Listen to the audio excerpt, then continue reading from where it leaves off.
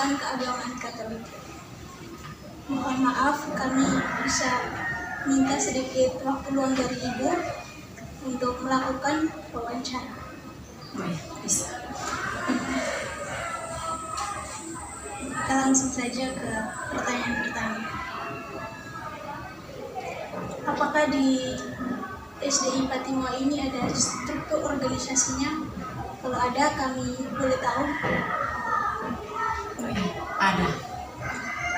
Kami di SDI Patimoa ini ada struktur organisasi sekolah.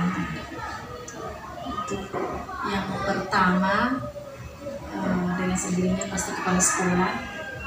Yang sejajar kepala sekolah itu pasti komite sekolah. Di bawahnya kepala sekolah, komite sekolah itu dengan sendirinya ada tetap usaha, ada kepustakaan, atau di sini kami lebih, kalau tetap usaha itu lebih ke operator sekolah. Terus di bawahnya itu pasti ada, kami di sekolah itu dikenal dengan guru kelas. Kalau di SD lain, beda dengan di SMP. Kalau di SMP itu dikenal wali kelas, terus kami di SD itu dikenal guru kelas. Di sini di bawah guru-guru kelas itu ada seksi, tapi di sini ada kaur-kaurnya. Kami di SD di sini hanya ada beberapa saja, 4 atau 5. Yang pertama itu kaur kesiswaan harus ada, terus ada kaur kurikulum, terus yang berikut ada kaur sarana prasarana dengan tambah kaur humas, hubungan dengan masyarakat, dengan yang terakhir kami tambah kaur kerohanian. Ada 5 saja kami di sini. Apa saja fungsi dan tanggung jawab masing-masing struktur itu? Kalau yang pertama mungkin saya bisa jelaskan sedikit fungsi mulai dari saya sebagai kepala sekolah. Itu mungkin hanya ada beberapa. Yang pertama itu kepala sekolah itu sebagai edukator atau sebagai pendidik. Yang pertama. Yang kedua, sebagai kepala sekolah juga dia berfungsi sebagai manajer, pengelola. Terus yang ketiga, kepala sekolah juga punya fungsi sebagai leader, pemimpin. Terus ada juga sebagai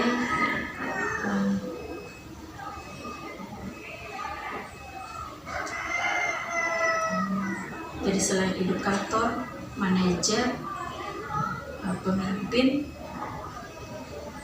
juga satu lagi sebagai administrator.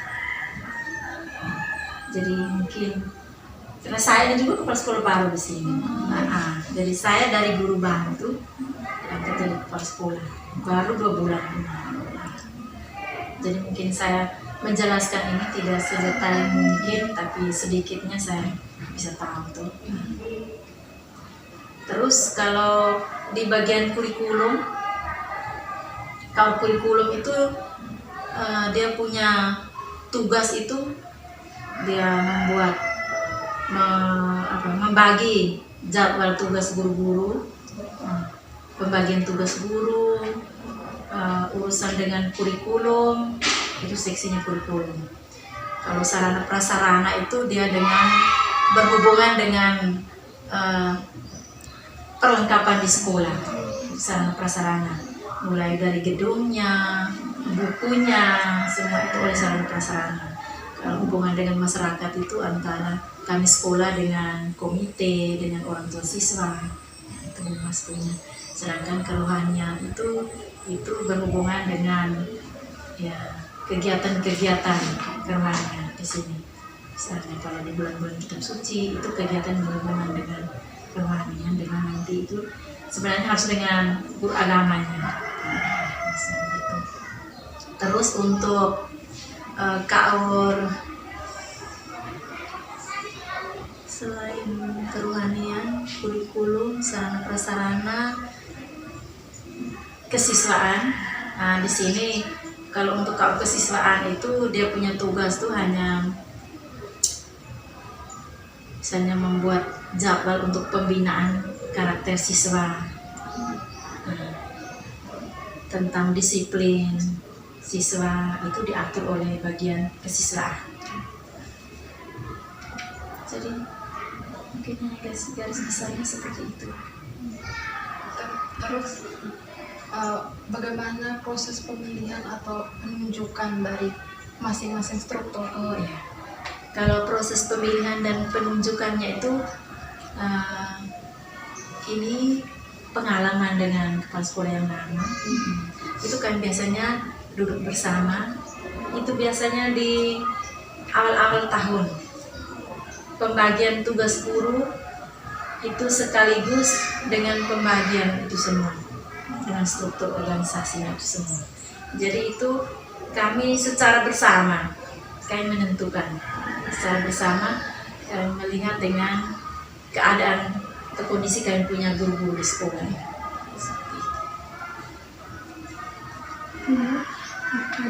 Ada masa tahun dari masing-masing struktur.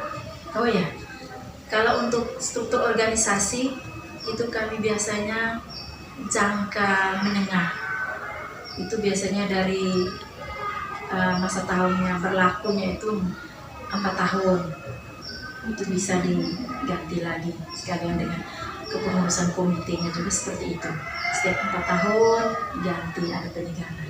Tapi kalau untuk struktur organisasi yang lain, misalnya tugas dari Bapak Ibu Guru di sini, kalau sebelum Bapak Ibu Guru itu mutasi, biasanya kami tetap dengan tugas-tugas yang ada. Hanya mungkin kepengurusan komite itu yang biasanya 4 tahun, biasanya ada pergantian. Baik, mungkin hanya itu pertanyaan dari kami. Terima kasih banyak Ibu atas kerjasamanya. Sama-sama.